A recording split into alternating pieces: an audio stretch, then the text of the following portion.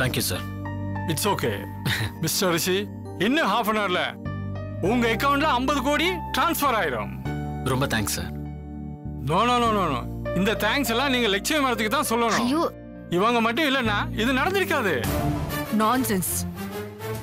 நான் சொல்ல கேட்காம பணத்தை கொடுத்துட்டேன்ல. இன்னும் 65 நாள் இருக்கு.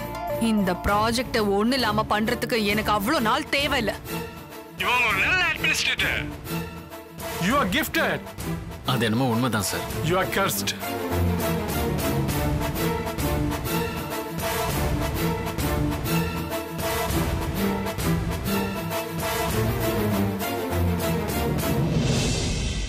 ஏன் சார்? உங்களுக்கு கிடைச்ச மனைவியை வச்சு சொல்றேன் சார். இத ஒண்ணுமே இல்லாம பண்றதுக்கு அவ எவ்வளவோ முயற்சி பண்ணா சார். இப்ப கூட பண்ணாங்க சார்.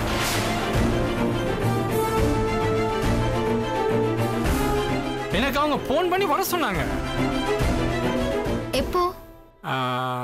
நேத்து உங்களை மீட் பண்ணிட்டு போனோன்னு. என்ன சார் சொன்னாங்க? நீங்க கேட்டதை கொடுக்க வேணாம்னு சொன்னாங்க.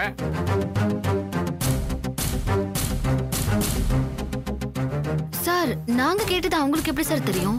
அத நீங்க தான் கண்டுபிடிக்கணும். இங்க இருந்து யாரோ ஒருத்தர் அவங்களுக்கு சொல்லி இருக்காங்க.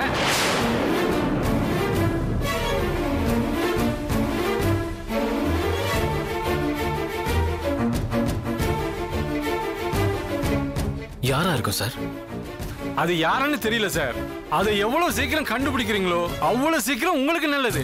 இல்லைன்னா நீங்க எடுத்த ரிஸ்க், உங்களுக்காக நான் எடுத்த ரிஸ்க் எல்லாமே வேஸ்ட் ஆயிடும் சார். பாத்துக்கங்க.